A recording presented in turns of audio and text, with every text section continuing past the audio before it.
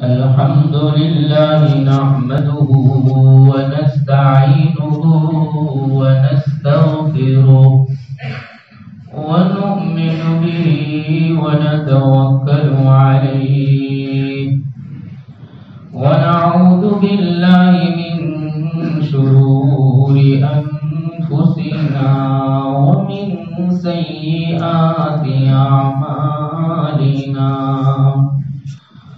من يهده الله فلا مضل له ومن يضلله فلا هادي له ونشهد أن لا إله إلا الله وحده لا شريك له ونشهد أن سيدنا ومولانا محمدا عبده ورسوله صلى الله تعالى عليه وعلى آله وأصحابه أجمعين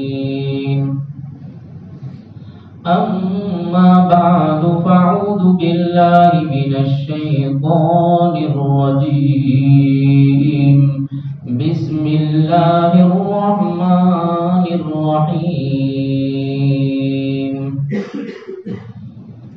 أذلك خير نزلا أم شجرة الزقوم إنا جعلناها فتنة للظالمين إنها شجرة تخرج في أصل الجحيم طلعها كأنه رؤوس الشياطين فإنهم لآكلون منها فمالئون منها البطون ثم إن لهم عليها لشوبا من حميم ثم إن مرجعهم لإلى الجحيم صدق الله العظيم.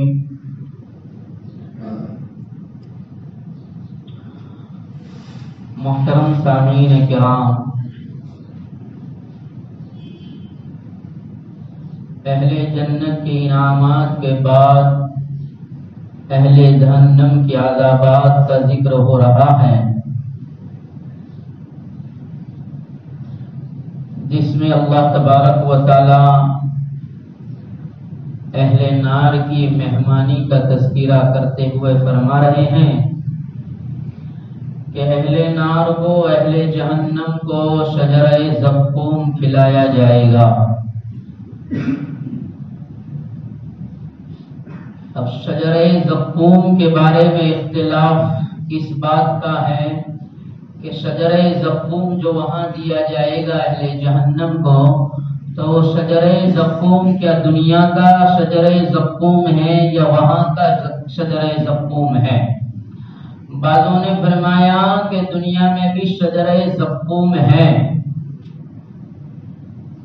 جس کا پھل توڑنے سے دودھ نکلتا ہے اور وہ بڑا تیز اور زہریلے جیسا ہوتا ہے، اگر بدن پر لگ جائے وہ دودھ تو اس کی وجہ سے جس جگہ پر وہ چھینٹے لگے ہیں اس جگہ پر سوجن ہو جاتی ہے۔ وہ شجرہ زقوم دنیا کا بھی بہت کڑوا ہوتا ہے اور بہت بدمزہ ہوتا ہے، سوادشت نہیں ہوتا، مزیدار نہیں ہوتا، تو فرمایا یہ شجرہ زقوم مراد ہے۔ لیکن اصح ترین بات یہ ہے اور اکثروں کا کہنا یہ ہے کہ شجرہ زقوم یہ یہاں کا نہیں، دنیا کا شجرہ زقوم نہیں، بلکہ نار ہی کا، جہنم کا ہی شجرہ زقوم ہے، جو بہت ہی بے انتہا کروا ہوگا اور بے انتہا بدمزہ ہوگا اور کانٹے دار ہوگا۔ دنیا کا زقوم بھی کانٹے دار ہوتا ہے، جس کو ہماری زبان میں غالباً تھوڑیا بولتے ہیں، تھوڑیا، اور اس کے اوپر پنجوں کی طرح اس کے پتے ہوتے ہیں پنجوں کی طرح، اس میں کانٹے ہوتے ہیں، تو فرمایا اس کو شجرہ زقوم دنیا کا کہا جاتا ہے، اس کو توڑو گے تو ٹوٹ جیسا نکلے گا۔ تو فرمایا یہ شجرہ زقوم وہ ہے جس کو اہل مکہ بھی نہیں جانتے تھے، اور اہل مکہ کو بھی جب یہ آیت نازل ہوئی اور بتایا گیا تو شجرہ زقوم ہم نہیں جانتے، تو پھر کہا گیا شجرہ زقوم نہیں جانتے، کھجور اور مکھن کو شجرہ زقوم کہتے ہیں، اس کو زقوم کا کھانا کہتے ہیں، اور محمد اس کے ذریعے سے ہمیں ڈراتا اور دھمکاتا ہے۔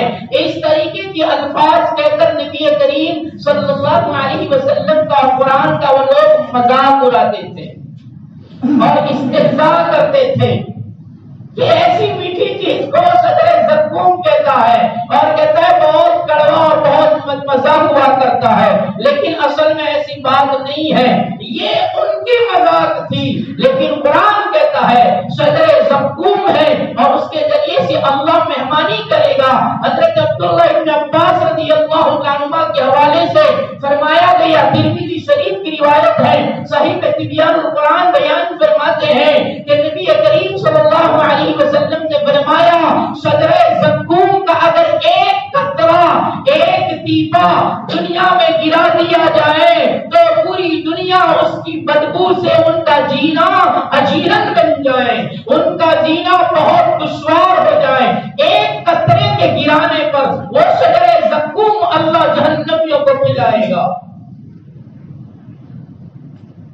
اتنا سخت ہے اور اتنا خطرناک ہے، فرمایا جب جہنم میں ڈال دیے جائیں گے، جہنم میں بھوک اور پیاس کی شدت کی وجہ سے، اس لیے کہ جہنم آگ کا نام ہے، اس آگ کی تپش کی وجہ سے جب ان کو بھوک اور پیاس لگے گی، جب انسان دنیا میں تھوڑی سی گرمی کی وجہ سے وہ پسینے میں سرابر ہو کر پانی پانی چلانے لگتا ہے، اور تھوڑی دیر پیاسا رہنے پر وہ جانکنی کے عالم میں آ جاتا ہے اور پکار اٹھتا ہے مجھے پانی پلاؤ، بہت سخت پیاس لگی ہے۔ جب دنیا میں تھوڑی سی گرمی پر گلے سوکھ جاتے ہیں، زبانیں چپکنے لگتی ہیں، ہاتھ سوکھ جاتے ہیں اور گلا پانی کا تقاضا کرتا ہے اور زبان پانی کو چاہتی ہے، تو وہ تو جہنم ہے، جہنم کی آگ ہے، اور اس آگ کے درمیان میں ہے، اور اس آگ کی گرمی میں ہے، اس آگ کی تپش میں ہے، اور اس عالم میں ان کو بھوک اور پیاس لگے گی، تو پیاس سے پہلے وہ کھانا مانگیں گے اور بھوک بھوک چلائیں گے، 1000 سال تک بھوک بھوک چلائیں گے، اور اس چلانے پر 1000 سال کے بعد جہنم کا داروغہ، جہنم کا نگہبان فرشتہ جس کو مالک کہتے ہیں، وہ مالک نام کا فرشتہ ان کی طرف متوجہ ہو کر کہے گا کیوں پکارتے ہو، کیوں چلاتے ہو، کیوں بول بول کرتے ہو، کیوں چوں چوں کرتے ہو، کہاں بھوک بہت لگی ہے، کھانے کو چاہتے ہیں۔ تو پھر ان کو اللہ کی طرف سے کہا جائے گا الم یأتکم نذیر، کیا تمہارے پاس ڈرانے والا نہیں آیا تھا، کیا تمہیں شجرہ زقوم سے آگاہ کرنے والا نہیں آیا تھا، کیا تمہیں جہنم کی آگ سے متنبہ کرنے والا نہیں آیا تھا، کیا تمہیں جہنم کے عذابات سے ڈرانے والا نہیں آیا تھا، الم یأتکم نذیر، کیا تمہیں جہنم میں تمہاری مہمانی تعظیمات کے ذریعے سے، عذابات کے ذریعے سے، سزاؤں کے ذریعے سے کی جائے گی، اس بات پر متنبہ کرنے والا نہیں آیا تھا؟ تو سب کے سب بولیں گے قالوا بلا، کیوں نہیں آئے تھے؟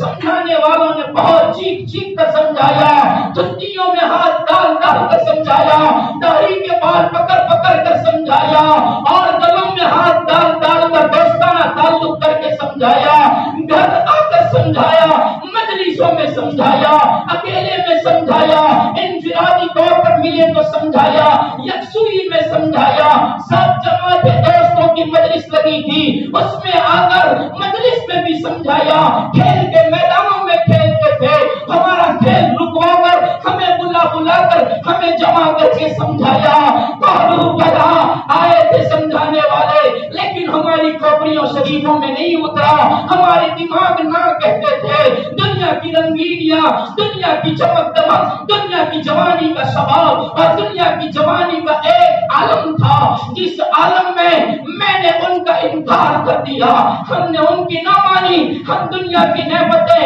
بغاوتیں کرنے کے باوجود بھی اللہ دیتا رہا، تو دیتا رہا، ہم نعمتوں کو کھاتے رہے اور سمجھتے رہے، اتنی نافرمانیوں کے باوجود، بے نمازی بننے کے باوجود، بے روزگار بننے کے باوجود بھی جب ہمیں افطاری میں کھلاتا ہے، رات میں کھلاتا ہے، سحریوں میں کھلاتا ہے، دن میں کھلاتا ہے، دن میں پلاتا ہے، ضروریات پوری کرتا ہے، حاجتوں کی حاجت روائی کرتا ہے، تو پھر ہمارا دل اور دماغ کہتا تھا نہیں ہے، کچھ نہیں ہے، اگر ہوتا تو دنیا میں ہمیں نہ دیتا، دنیا میں دیا تو وہاں بھی دے گا۔ قالوا بلا شہیدنا، ہم گواہی دیتے ہیں آج کہ ہمیں سمجھانے سمجھانے والے آئے لیکن ہم نے نہیں مانا، لیکن اب بہت بھوک لگی ہے، برداشت نہیں ہوتا ہے، جو بھی دینا ہوتے تو۔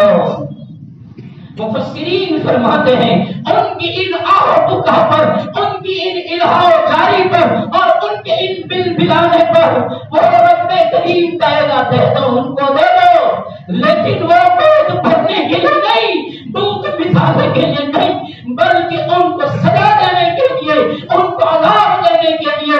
کیا دے؟ مالک کہے گا کیا دے؟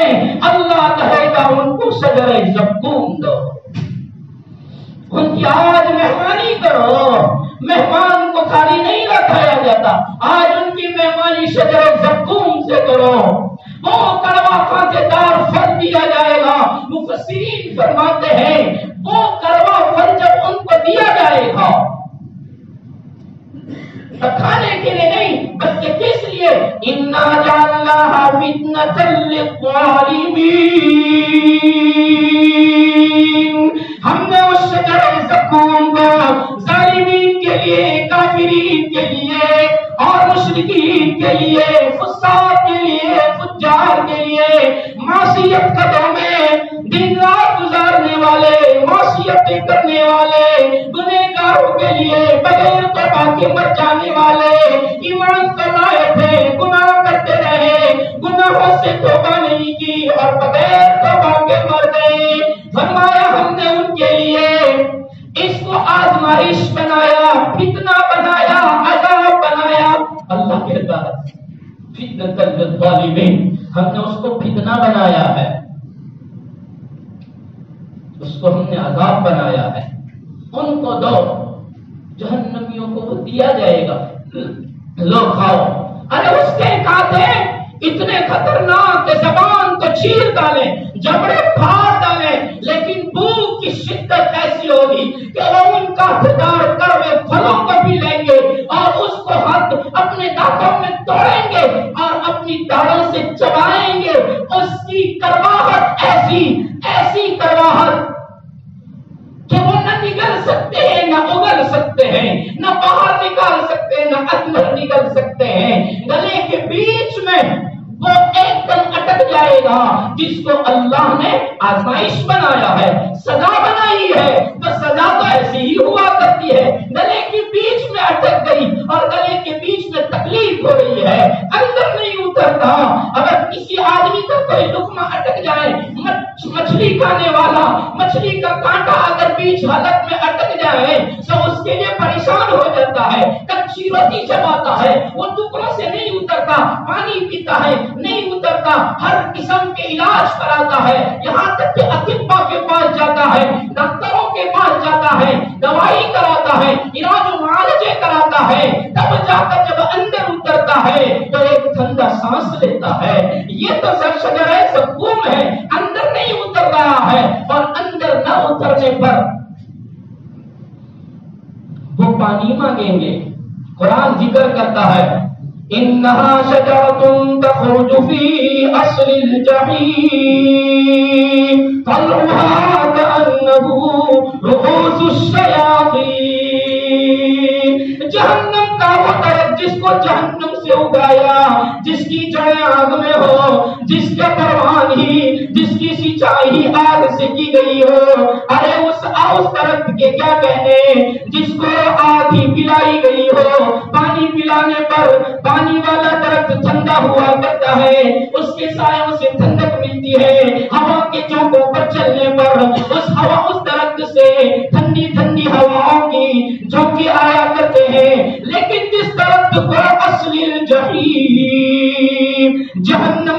کے مولیے ہو، جس کی جڑیں ہو، ارے اس کی گرماہٹ کی کیا کہنے، اس کی حرارتوں کی کیا کہنے، اور اس کی کرواہٹ کی کیا کہنے، اس کی سختیوں کی کیا کہنے۔ اور درخت جہنم سے نکلا تَأَلْوَا كَأَنَّهُ رُؤُوسُ الشَّيَاطِينِ، اس کے پھل ہے شیطان کے سروں کی طرح بنائے ہیں، اور شیطان کا سر فرمایا بڑا گھنونا ہوا کرتا ہے، بڑا خطرناک ہوا کرتا ہے۔ شیطان کے سر کے ساتھ درخت کے پھل کو تشبیہ دی ہے۔ کیوں ایسا؟ شیطان کو تو کسی نے دیکھا نہیں ہے، انسانوں نے شیطان اور جنات کو دیکھا نہیں ہے، پھر یہاں تو کہا گیا کہ شیطان کے سر کی طرح، یہ سوال ہوتا ہے کہ شیطان کے سر کی طرح شجرے زقوم کے پھل کو بنایا ہے، تو اس کا جواب مفسرین یہ دیتے ہیں کہ انسان نے اگرچہ شیطان کو دیکھا نہیں ہے، لیکن شیطان کی گنونی اور اس کی بدحیاتی اور اس کا بدنما سر اور اس کا بدنما چہرہ ہونا ہر ایک کے خیال میں ہے۔ مکہ والوں کے خیال میں بھی تھا کہ شیطان اور جنات بڑے ڈراؤنے ہوا کرتے ہیں، ان کی شکلیں بڑی خطرناک ہوا کرتی ہے اور بڑی بدحیات ہوا کرتی ہے، یہ ان کے دلوں میں بھی خیال تھا۔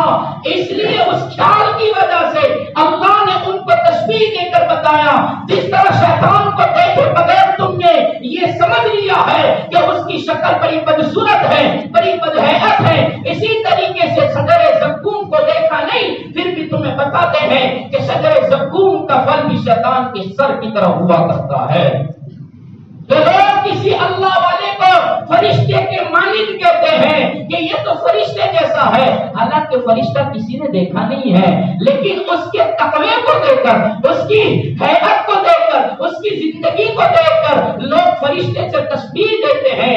بچوں کو بھوت سے ڈرایا جاتا ہے، چڑیل سے ڈرایا جاتا ہے، یہ صاحب معالم العرفان نے بھی لکھا ہے یہ سب، اور صاحب تبیان القرآن نے بھی لکھا کہ بچوں کو بھوت سے ڈرایا جاتا ہے اور چڑیل سے ڈرایا جاتا ہے، حالانکہ بچوں نے بھوت دیکھا نہیں ہے، چڑیل دیکھی نہیں ہے، لیکن اس کی بدحیاتی سے ڈرایا جاتا ہے کہ بھوت ایسا ہوتا ہے، چڑیل ایسی ہوتی ہے، اس کے پیچھے خالی ہوتا ہے، وہاں آگ جلتی ہے۔ اس طریقے سے اس کی بدحیاتی بتا کر اور اس کی بدصورتی بتا کر بچوں کو ڈرایا جاتا ہے۔ اسی طریقے سے انہوں نے شجرہ زقوم دیکھا نہیں ہے، لیکن اس کی بدصورتی بتانے کے لیے شیطان کے سروں کے مشابہ قرار دیا گیا کہ شیطان کے مشابہ ان کے سر ہوں گے۔ صحیح معالم العرفان فرماتے ہیں، صحیحین کی روایت، بخاری اور مسلم کی روایت بیان کرتے ہوئے کہ نبی کریم صلی اللہ علیہ وسلم پر جب یہود نے جادو کر دیا،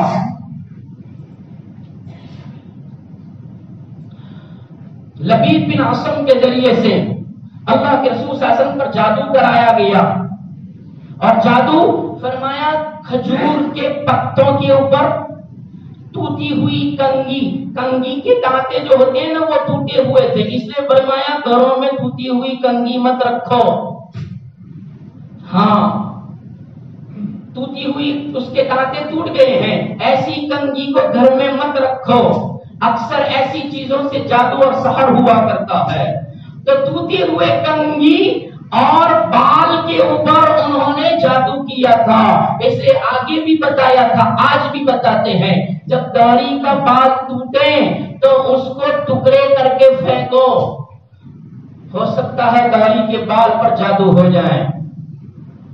عورتوں کے بال کو ایسی ویسی جگہ پر مت ڈالو، ہاں لوگ کھتوں میں سے کھود کر نکال کر لے جاتے ہیں اور اس کے سودے ہوتے ہیں اور بیچتے ہیں، اور اس کے اوپر ساحرین سحر کرتے ہیں، اس کے اوپر جادو کیا جاتا ہے۔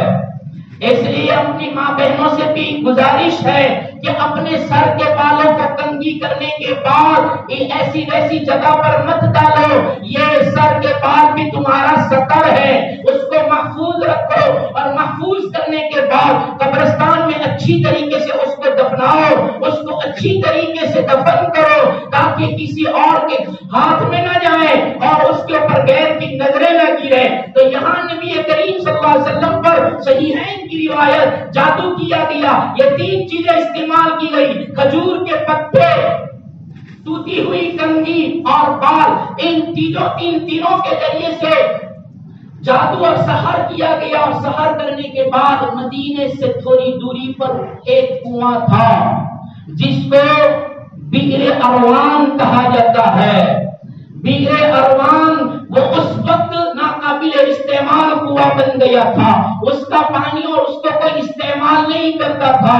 اس کنویں کے پاس جا کر یہودیوں نے پتھر کے نیچے وہ جو کچھ بھی کیا تھا ان تینوں چیزوں کو پتھر کے نیچے دبا دیا، اور اس دبانے پر اس گندی اور کالی علم کی وجہ سے، اس سحر کی وجہ سے محمد رسول اللہ صلی اللہ علیہ وسلم جس کے صدقے میں کائنات کو بنایا گیا، وہ نبی کے اوپر اس کا اثر ہوتا تھا کہ نبی کبھی کبھی ذہن منتشر ہو جاتا تھا اور بات بھول جاتے تھے، نبی پر نسیان طاری ہو جاتا تھا۔ جس پر قرآن اترا، جس پر شریعت اتری، جس کو سارے انبیاء کا سردار کہا گیا، جس کو امامت کرائی گئی انبیاء کی، اور جس کو انس و جن فرشتے ساری کی ساری مخلوقات کا پیغمبر بنایا، جس کو رحمت للعالمین بنایا، اس نبی پر اس کالے علم کا اثر یہ ہوا کہ نبی پر نسیان طاری ہو جاتا ہے۔ اگر مجھ پر اور آپ کو سحر ہو رہا ہے تو یہ تو دور کی بات نہیں ہے۔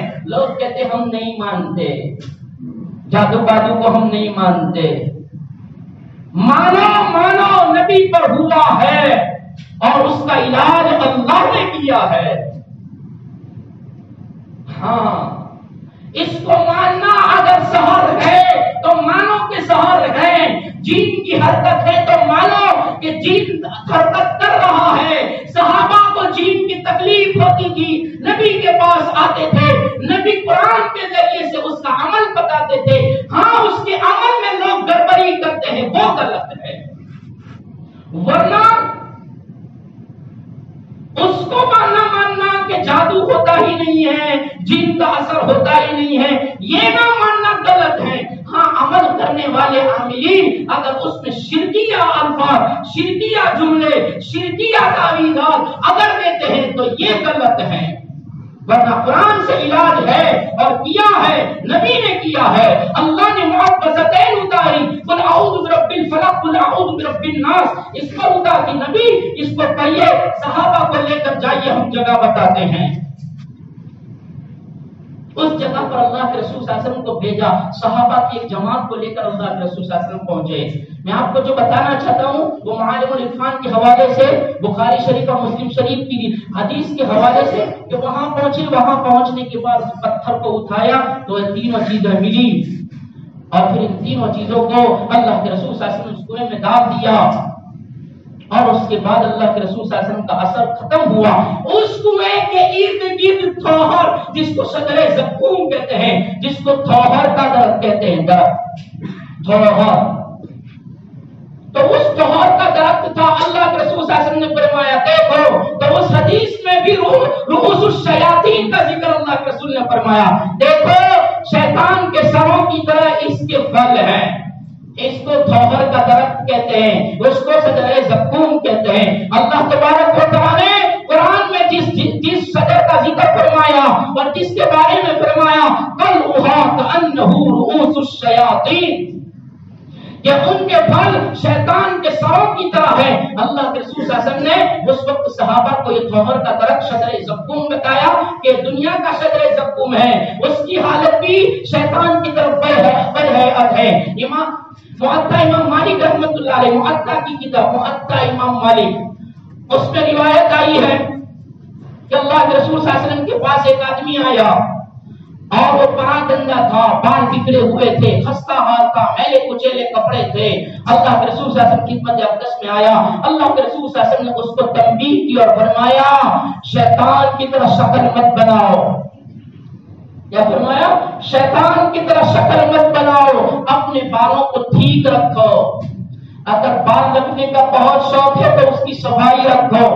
ارے نہ جانے کیسے کیسے بال رکھواتے ہیں، فی زمانے نئی زمانے میں ایسے اونچے بال رکھواتے ہیں، اور ایسے سگڑی کی طرح وہ کیا کہ ساوری کے پیچھوں کی طرح رکھتے ہیں، اور ایسے اونچے رکھتے ہیں اور اس پر فخر کرتے ہیں۔ اور کوئی نہ جانے یہاں سے چھوٹے یہاں سے اتنے بڑے، جیسے کہ کسی کا گھونسلہ ہو، کسی پرندے نے گھونسلہ بنایا ہو، ایسے گھونسلے کی طرح اوپر بڑے بڑے بال ہیں، یہاں بالکل نہیں، یہاں بھی بالکل نہیں، اور اوپر گھونسلہ بنایا ہے۔ یہ کیا رکھا ہے؟ یہ کس نے سکھایا؟ نبی نے تو نہیں سکھایا۔ نبی نے تو فرمایا کچھ بال چھوٹا رکھنا، کچھ بال بڑا رکھنا، ایسا کرنے والا میرا نہیں ہے، یہ میری سنت نہیں، میری شریعت نہیں ہے۔ نہا عن القبض، اللہ کے رسول صلی اللہ علیہ وسلم نے کچھ بال چھوٹے کچھ بال بڑے ایسا رکھنے سے منع فرمایا۔ اور یہ امت ایسا رکھنے کو فخر سمجھتی ہے اور سمجھتے ہیں میں خوبصورت لگتا ہوں، ایسے بال رکھنے سے میری خوبصورتی بڑھ جاتی ہے۔ تو فرمایا اللہ کے رسول صلی اللہ علیہ وسلم کے پاس بڑا گندا بال، بڑے بڑے بال ہیں، میرے کچیلے کپڑے ہیں۔ اللہ کے رسول صلی اللہ علیہ وسلم نے فرمایا شیطان کی طرح اپنا حلیہ مت بناؤ، شیطان بدہیئت ہے، شیطان بدصورت ہے، اپنے آپ کو بدصورت مت بناؤ۔ اللہ نے لقد خلقنا الانسان فی احسن تقویم کہا ہے کہ انسان کو ہم نے بہترین سانچے میں بنایا ہے، ایسی مخلوق خوبصورت ہم نے کہیں بنائی نہیں ہے جیسا ہم نے انسان کو بنایا ہے۔ پھر اپنے آپ کو بدہیئت کیوں بناتے ہو؟ معطا امام مالک کی روایت، اللہ کے رسول صلی اللہ علیہ وسلم نے اس کو فرمایا کہ اپنے بال برابر کرو اور صاف صفائی رکھو، صاف ستھرے رہو، اس لیے کہ صاف ستھرے رہنا یہ اللہ کو پسند ہے۔ اللہ طیب ہے، اللہ پاک ہے اور اللہ پاکی کو پسند کرتا ہے، اور صاف ستھرے رہو تاکہ اللہ کو پسند آ جاؤ۔ یہ صفائی رکھنا یہ ایمان کا حصہ ہے۔ الطہور نصف الایمان والنظافت نصف الایمان، طہارت نظافت یہ آدھا ایمان ہے۔ تو یہ قطعات انہ رؤوس الشیاطین کی تفسیر میں نے آپ لوگوں کو سمجھائی کہ اس کی طرح یہ شجر زقوم تھوہر کا درخت جہنم میں ہے، اللہ نے اس کو اس طرح بدہیئت بنایا ہے، وہ جہنمیوں کو دیا جائے گا، جہنمی اس کو کھائیں گے، گلے تک پہنچے گا، نہیں اتر رہا ہے تو پانی پانی کی آواز لگائیں گے، 1000 سال تک پانی پانی پکاریں گے۔ 1000 سال کے بعد مالک کہے گا، جہنم کا داروغہ کہے گا کیوں ہے کیا ہے، کیوں آوازیں لگاتے ہو، کیوں چلاتے ہو؟ تو کہتے ہیں یہاں سے اٹک گیا ہے، نیچے نہیں اترتا ہے، کچھ پانی پلا دو، کچھ پانی پلا دو۔ مالک کہے گا اللہ کی اجازت نہیں ہے، بہت پیاس لگی ہے، بہت پیاس لگی ہے۔ اب ہم اقرار کرتے ہیں ربنا اخرجنا منها فإن عدنا فإنا غالبین، معاف کر دو، باہر بھیج دو، دوسری مرتبہ بھیج دو۔ ربنا اخرجنا، ہم کو نکال دو جہنم سے، پھر دنیا میں بھیج دو۔ فَإِنْ عُدْنَا فَإِنَّا ظَالِمِينَ، اگر ہم تجاوز کریں، حد درمی کریں، نہ مانیں اور نبیوں کی بات کا انکار کریں، اللہ والوں کی بات کو جھٹلائیں، نصیحت کرنے والوں کی نصیحت پر کان نہ لگائیں اور حد سے بڑھ جائیں تو فَإِنَّا ظَالِمِينَ، پھر تو ہم ہی ظالمین ہوں گے۔ لیکن پھر سے بھیج دو۔ قال اکثروا فیہا ولا تکلمون، اللہ فرمائے گا چپ ہو جاؤ، بس کر دو۔ جانور کے تھن میں سے دودھ نکلنے کے بعد واپس نہیں جایا کرتا، زندگی دنیا کی ختم ہونے کے بعد پھر سے دنیا میں نہیں بھیجا جا سکتا، پورا ہو گیا۔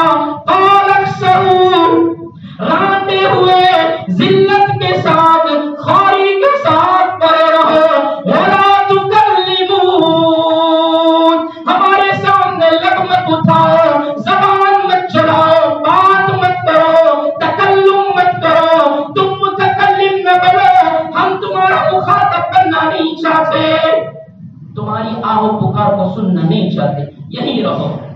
بہت پیاس لگی ہے، گرمی شدت سے ہے، رہا نہیں جاتا، اندر اٹکا ہوا ہے، تو پھر اللہ کہے گا پلا دو، پلا دو۔ کیا پلایا جائے گا؟ تو قرآن کہتا ہے ثم إن لهم عليها لشوبا من حميم. وہ تھور کا درخت وہ اس کا پھل کھائیں گے، بھوک کی شدت کی وجہ سے کھا جائیں گے، کھانا شروع کریں گے، کرواہٹ کے باوجود بھی، بدمزاحیت کے باوجود بھی کھائیں گے.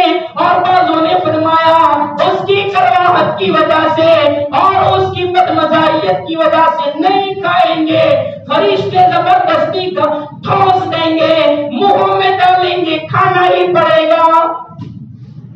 لآكلون منها فمالئون منها البطون، اس کو کھائیں گے اور اس کے ذریعے سے اپنے پیٹوں کو بھریں گے.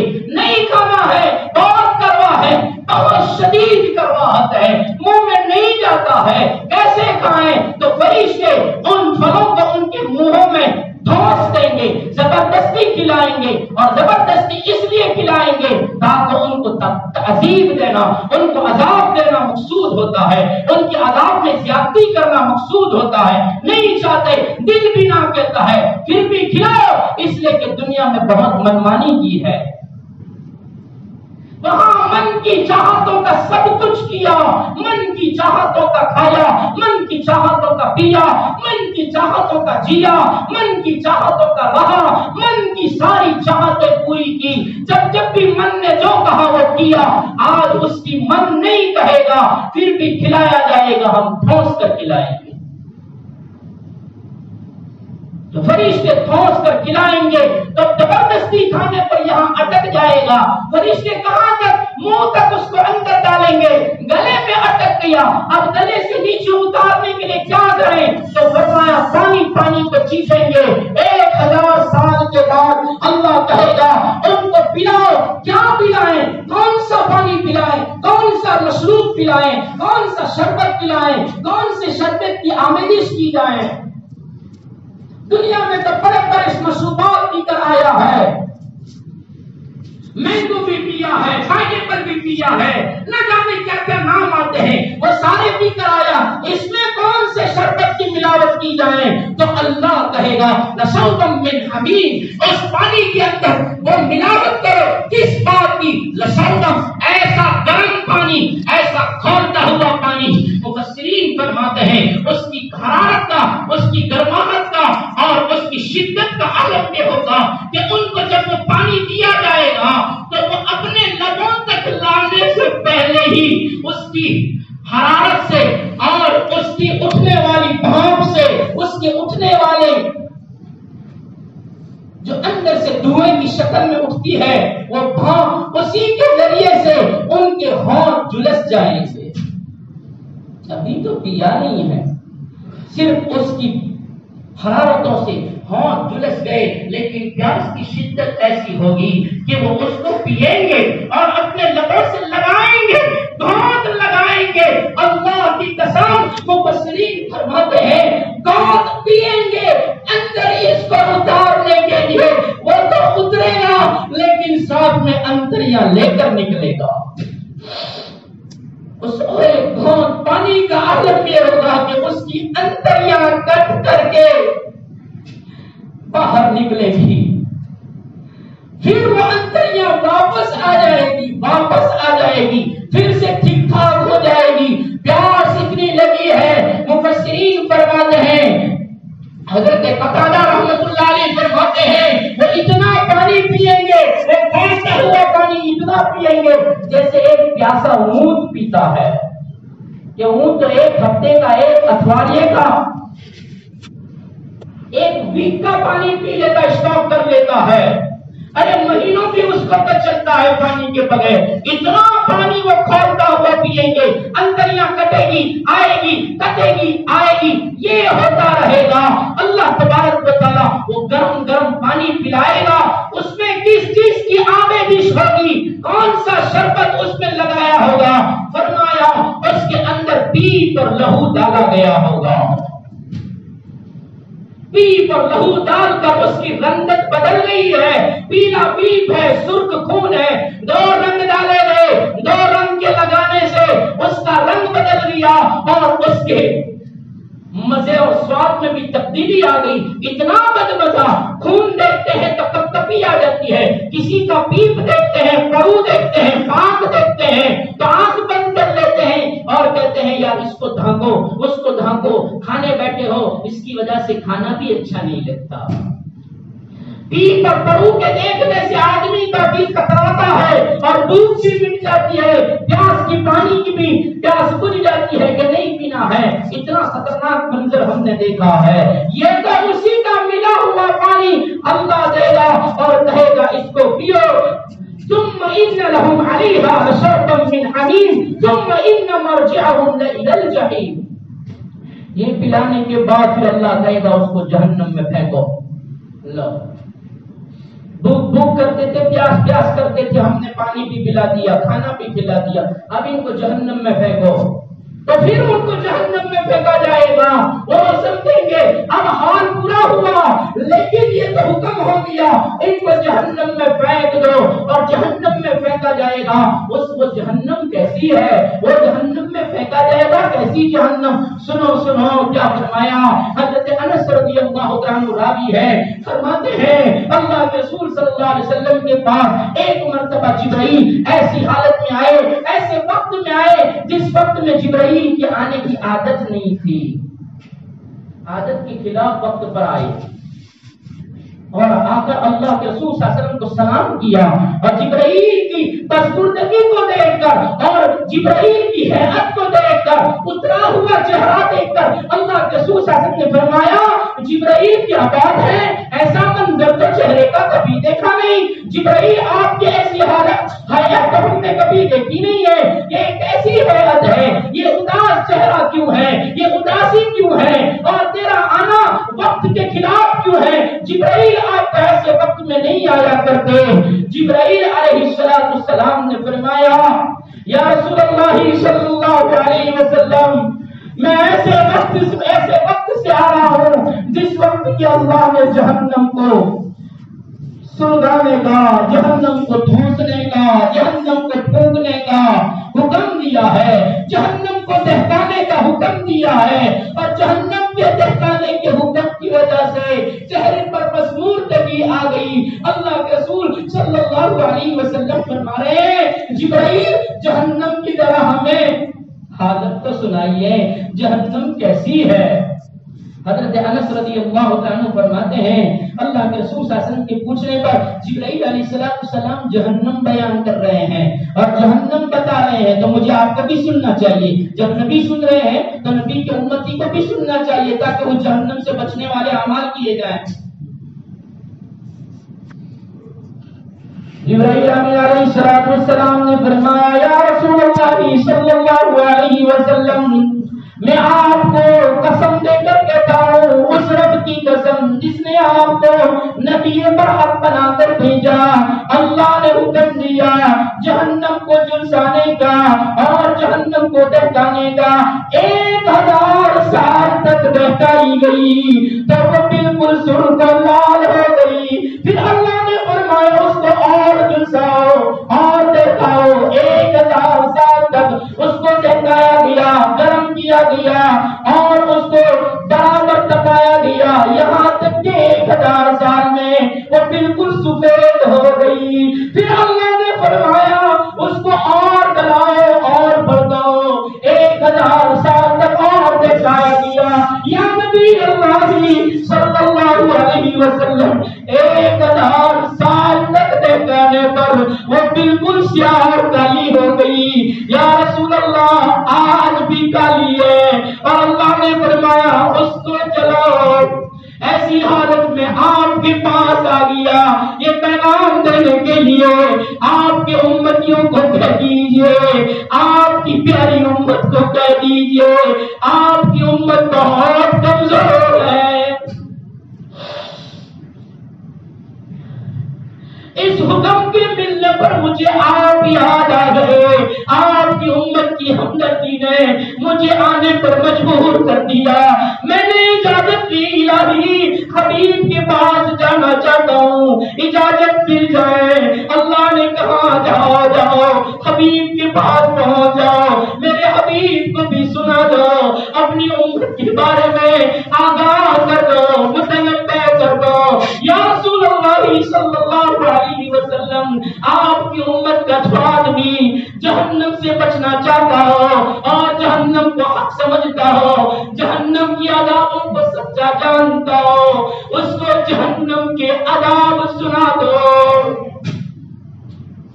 اِنَّا أَرْسَلْنَاكَ شَاهِدًا وَمُبَشِّرًا وَنَذِيرًا، مبشر تو ہو، صرف خوشخبریاں مت سناؤ، ورنہ فضائل سن سن کر امت فضیلتوں کی عادی بن جائے گی، پھر فضیلت پر بس کر بیٹھ جائے گی کہ فضیلت ہے، فضیلت ہے، فضیلت ہے، فضیلت پر بس کر لے گی۔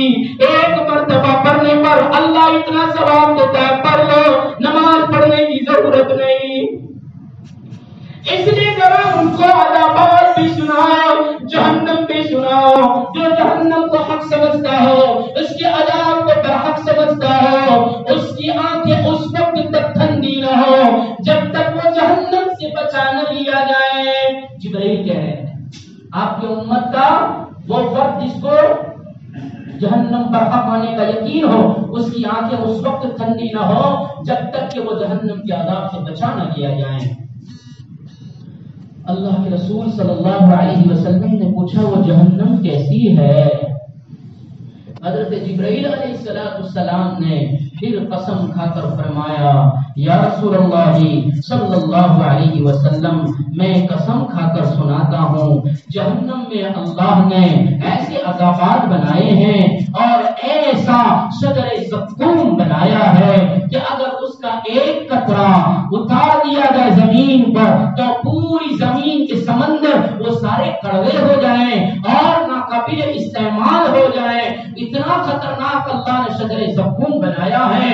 یا رسول اللہ صلی اللہ علیہ وسلم، اللہ تبارک و تعالیٰ نے جہنم کے کپڑے بنائے ہیں، وہ جہنمیوں کو پہنائے جائیں گے، وہ تانبے کے کپڑے ہیں اور وہ تانبا جہنم کی آگ سے بنایا گیا ہے۔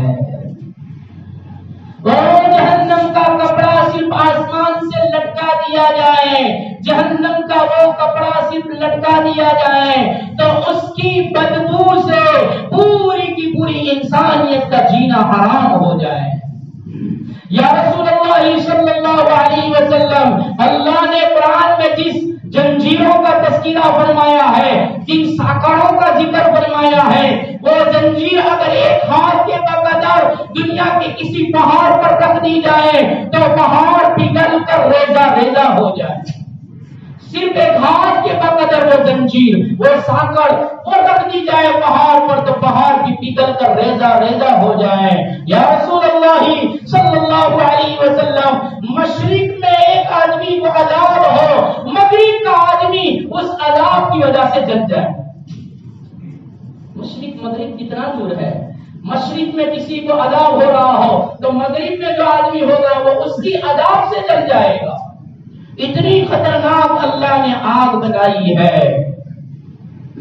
اللہ کے رسول صلی اللہ علیہ وسلم سے ساری تفصیل بیان کر رہے ہیں جبرائیل علیہ السلام، اور ساری تفصیل بیان کرنے کے بعد اللہ کے رسول صلی اللہ علیہ وسلم پوچھتے ہیں جہنم کے 7 دروازے ہیں تو کیا ہمارے دنیا کے دروازوں کی طرح ہیں، ایک کے بعد دوسرا، دوسرے کے بعد تیسرا، تیسرے کے بعد چوتھا، اس طریقے سے ہے؟ جبرائیل نے فرمایا یا رسول اللہ صلی اللہ علیہ وسلم ایسا نہیں ہے، سن لو آج حضرت انس کے حوالے سے، جہنم کے دروازے ایسے نہیں ہیں جیسے دنیا میں ہوا کرتے ہیں۔ جبرائیل نے فرمایا یا رسول اللہ جہنم کے دروازے جو 7 ہے، ایک اوپر، دوسرا نیچے، تیسرا اس کے نیچے، چوتھا اس کے نیچے، اس طریقے سے ہے، سامنے سامنے نہیں ہے، سیدھے سیدھے نہیں ہے، نیچے ہے، اوپر کے بعد نیچے، نیچے کے بعد اس کے نیچے، اس کے نیچے کے بعد اس کے نیچے۔ اللہ کے رسول صلی اللہ علیہ وسلم نے فرمایا وہ دروازے کیسے دنیا کی طرح ہیں؟ فرمایا نہیں یا رسول اللہ صلی اللہ علیہ وسلم، اور جو دروازے ہیں ان کی مسافت ایک دروازے سے دوسرے دروازے کی دوری اور مسافت 70 سال 70 برس کے بقدر ہیں، اتنی دوری پر دروازے ہیں۔ اور کیا فرمایا جہنمی کی کان کی لو، کسی کان کی لو اور اس کے مندے کے درمیان فرمایا 700 برس چلنے کا فاصلہ ہوگا. اس کے درمیان ایک بارش بھی نہیں ہے، ایک وینٹ بھی نہیں ہے. فرمایا 700 سال تک چلنے کے بقدر جہنمی کے لو، کان کی لو اور کنزے کے درمیان کا فاصلہ ہے. اور فرمایا اللہ کے رسول صلی اللہ علیہ وسلم سے کہ یا رسول اللہ صلی اللہ علیہ وسلم جہنمی کے جو لو ہوگی یہ تیشی، فرمایا احد پہاڑ کے برابر بڑی ہوگی. احد پہاڑ کتنا بڑا ہے، ایسی بڑے بڑی ان کی آکانوں کی تیسیاں ہو جائے گی. اللہ تبارک و تعالی نے جہنم ایسی بنائی اور جہنم کے آدمی کا حالت یہ بنا دیا، جہنمی کی یہ حالت بنا دی. اللہ کے رسول صلی اللہ علیہ وسلم نے فرمایا ان دروازوں میں سے کون کون کس کس درجے میں ہوگا ذرا وہ بھی بتا دو. تو جبرائیل علیہ السلام فرماتے ہیں سب سے نچلے درجے پر، سب سے اسفل نار، سب سے اندر، سب سے تحت الثرى میں جو جہنمی ہوں گے، فرمایا منافق ہوں گے. لو، کیونکہ وہ بہت بڑا جرم ہے، اوپر سے کچھ دکھانا اندر سے کچھ کرنا، یہ تو بہت بڑا دھوکہ ہے. آستین کے سانپ پر کون بھروسہ کرے؟ اور اس کا اپنا دوست سمجھا اور وہ آستین کا سانپ نکلا. اس سے بڑا دشمن تو کوئی نہیں ہو سکتا، اس سے بڑا دھوکے باز تو کوئی نہیں ہو سکتا. سب سے آخر میں فرمایا منافق ہوں گے حضرت عیسیٰ علیہ السلام سے دسترخوان طلب کرنے والے، جنہوں نے دسترخوان طلب کیا. اللہ نے آسمان سے دسترخوان بھیجا، پھر دسترخوان جنت کی نعمتوں کا استعمال کیا، اس دسترخوان کا استعمال کیا، پھر بغاوت کی. فرمایا وہ حضرت عیسیٰ علیہ السلام کی دسترخوان کھانے والے وہ جہنم کے اسفل نار میں ہوں گے. اور فرعون ہوگا وہ آخری درجے میں ہوگا. اس سے اوپر والے میں چھٹے میں تو جبرائیل علیہ السلام فرما رہے ہیں چھٹے کے اندر صحابی لوگ ہوں گے. پھر اس کے بعد تو فرمایا اس کے بعد مشرکین ہوں گے. اس کے بعد تو فرمایا اس کے بعد یہودی ہوں گے. اس کے بعد تو فرمایا اس کے بعد نصرانی عیسائی ہوں گے. اب آخری درجہ باقی رہا تو حضرت جبرائیل چپ ہو گئے. حضرت جبرائیل علیہ السلام کو حیا آئی، اللہ کے رسول صلی اللہ علیہ وسلم کی شرم آئی اور حیا کی وجہ سے نہیں بولے. تو اللہ کے رسول صلی اللہ علیہ وسلم نے فرمایا 6 درجے سنا دیے، 6 دروازے سنا دیے. 7واں دروازہ جو سب سے اوپر کا دروازہ ہے اس میں کون ہوں گے؟ تو حضرت جبرائیل علیہ السلام نے فرمایا یا رسول اللہ شرم آتی ہے لیکن آپ پوچھ رہے ہیں تو بتا رہا ہوں، آپ کی امت کے وہ مسلمان ہوں گے جو بغیر توبہ کے مر جائیں گے. آپ کی امت کے وہ بڑے گنہگار، بڑے گناہ کرنے والے مسلمان، بڑے بڑے گناہ کیے، حقوق اللہ میں بھی اور حقوق العباد میں بھی توبہ نہیں کی اور مسئلے نہیں سلجھائے، بھائی بہنوں سے صلح نہیں کی، میاں بیوی نے صلح نہیں کی اور ایک دوسرے کے حقوق ادا نہیں کیے، اور ایک دوسرے کے حقوق ادا کر کے باپ نے اولاد کا حق ادا نہیں کیا، اولاد نے ماں باپ کا حق ادا نہیں کیا، بھائی بہنوں نے ایک دوسرے کے حقوق ادا نہیں کیے، باپ کی چھوڑی ہوئی میراث میں بہنوں کو ونچت رکھا، بہنوں کو محروم رکھا، بہنوں کو حصہ نہیں دیا، صلح صفائی کیے بغیر توبہ کیے دنیا سے رخصت ہو گئے. یا رسول اللہ آپ کی امت کے یہ مسلمان بڑے گناہ کرنے والے بغیر توبہ کے مرنے والے پہلے جہنم کے درجے پر ہوں گے. یہ سنا اللہ کے رسول گس کھا کر بے ہوش ہو کر زمین پر گر گئے. حضرت جبرائیل نے خود اللہ کے رسول صلی اللہ علیہ وسلم کا سر مبارک اٹھایا، اپنی گود میں لے لیا. جبرائیل نے اپنی گود میں سر لیا اللہ کے رسول صلی اللہ علیہ وسلم کا. تھوڑی دیر کے بعد افاقہ ہوا، یا رسول اللہ صلی اللہ علیہ وسلم یہ کیا ہو گیا؟ اللہ کے رسول صلی اللہ علیہ وسلم فرماتے ہیں مجھے میری امت کی فکر ہے، میری امت کے وہ لوگ جو کلمہ پڑھ کے بھی جہنم میں جائیں گے. جہنم کے پہلے طبقے میں، پہلے درجے میں میرا نام لینے والا، میرا کلمہ پڑھنے والا، محمدی سانس لینے والا، محمدی دعویٰ کرنے والا وہ جہنم میں جائے گا. اس کی وجہ سے بے ہوشی ہو گئی. ہاں یا رسول اللہ میں نے آپ کو جہنم کی تفصیل سنا دی. جبرائیل چلے گئے، اللہ کے رسول صلی اللہ علیہ وسلم گھر گئے. ایسے مغموم ہے 2 منٹ کے بعد پورا کرتے ہیں، ایسے مغموم ہے کہ صرف نماز پڑھانے آتے ہیں، نماز پڑھا کر گھر میں چلے جاتے ہیں. ابو بکر صدیق رضی اللہ عنہ 3-4 دن ایسا ہوا، ابو بکر گھر پر گئے، فرمایا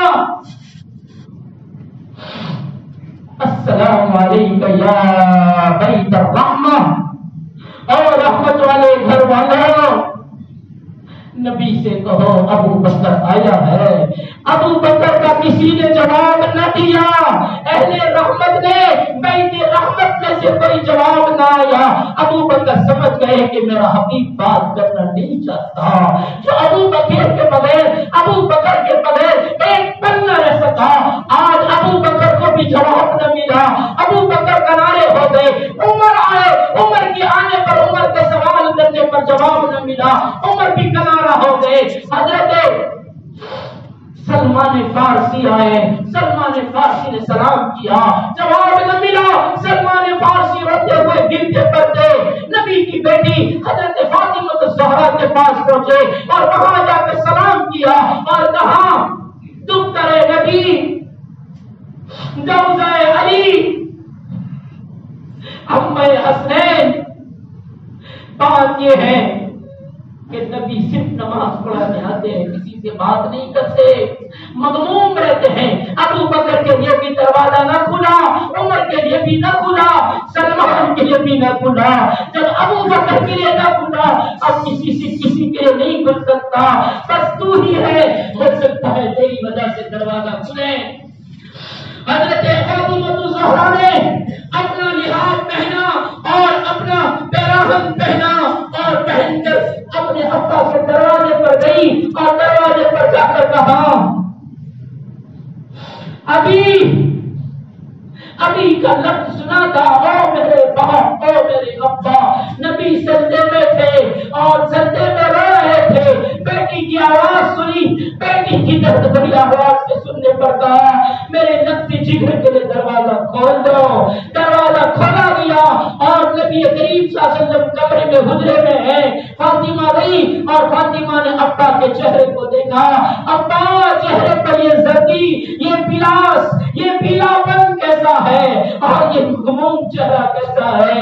فرمایا بیٹا جبرائیل میری امت کے بارے میں سنا کر گئے, جہنم بڑی سخت چیز ہے, جہنم بڑی خطرناک چیز ہے. اس کی داستان سنا کر گئے. اس میں میرے امت بھی جائے گی, میرے نام لیوا بھی جائیں گے. اس کے غم نے مجھے رونے پر مجبور کر دیا.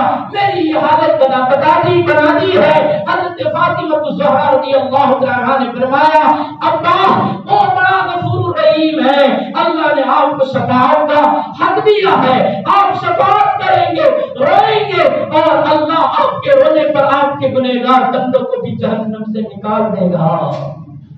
یہ جہنم ہے جس کا تذکرہ یہاں قرآن فرماتا ہے, جس کے تذکرے سے نبی گش کھا جاتے ہیں. اس کے تذکرے سے مجھے اور آپ کو جو بھی نہیں رہتی اور اونگ بھی نہیں اڑتی, بلکہ جہنم سنتے سنتے بھی سو جاتے ہیں.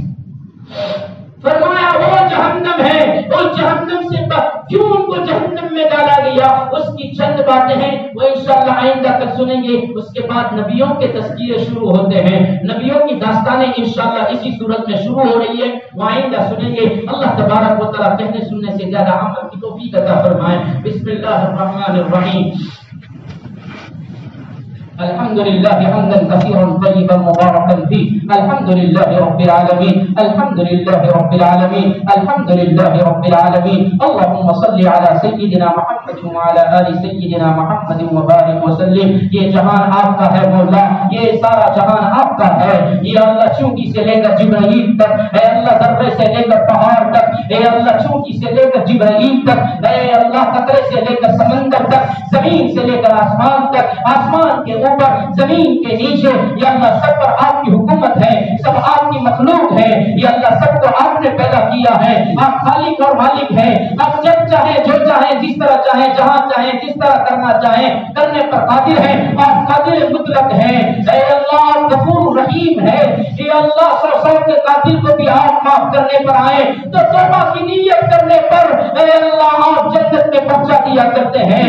یا اللہ پوری زندگی فاحشانہ زندگی گزارنے والی, یا اللہ بدکاریوں میں رات دن گزارنے والے, جب سچے دل سے توبہ کرتے ہیں ایک مخلوق کے اوپر رحم کرتے ہیں, ایک کتے کے پیاسے بچے اور چوزے پر رحم کرتے ہیں اور ان کو پانی پلاتے ہیں. یا اللہ آپ اس کے اوپر معاف فرما کر جنت کا حقدار بنا دیتے ہیں.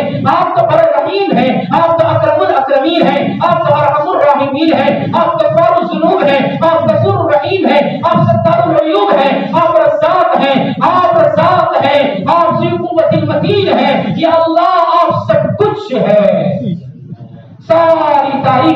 آپ کے لیے ہے، سارے حمد آپ کے لیے ہیں، ہم پر بھی ایک نظر رحم فرما دیجیے اور ہمارے قصوروں کو معاف فرما دیجیے۔ یا اللہ ہم توبہ کرتے ہیں، توبہ کرتے ہیں، یا اللہ بہت بڑے بڑے گناہ کیے ہیں، یا اللہ کبائر کے مرتکب ہیں، یا اللہ صغائر سے زیادہ کبائر کیے ہیں۔